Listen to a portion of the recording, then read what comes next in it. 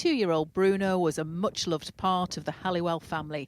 He was seized by Lancashire Police in August under the Dangerous Dogs Act, whilst his owners were in the process of completing an exemption certificate to keep him.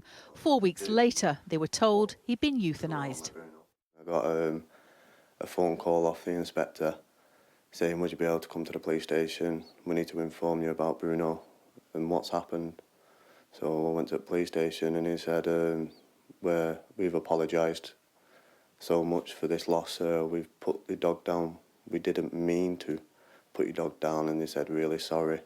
It was an error on an email. It's devastation, to be honest, and it's devastation to all the kids as well.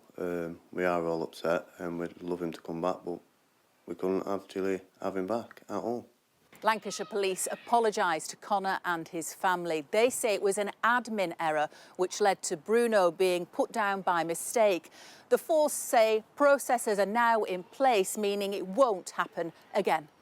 The XL bully dogs were added to the list of banned breeds at the end of last year after a series of incidents where people were killed or injured. Ownership is restricted under the Dangerous Dogs Act.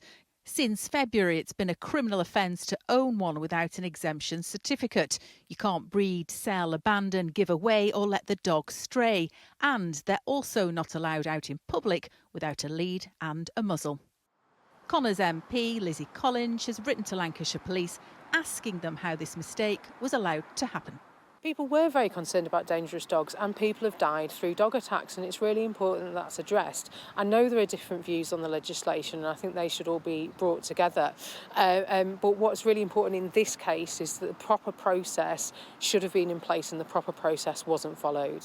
Police are sorry for the distress caused by this error, but that's little comfort to the Halliwell family. At the end of the day, it's an innocent dog what hasn't done nothing. It's not bit anyone, it's not literally being aggressive to anyone.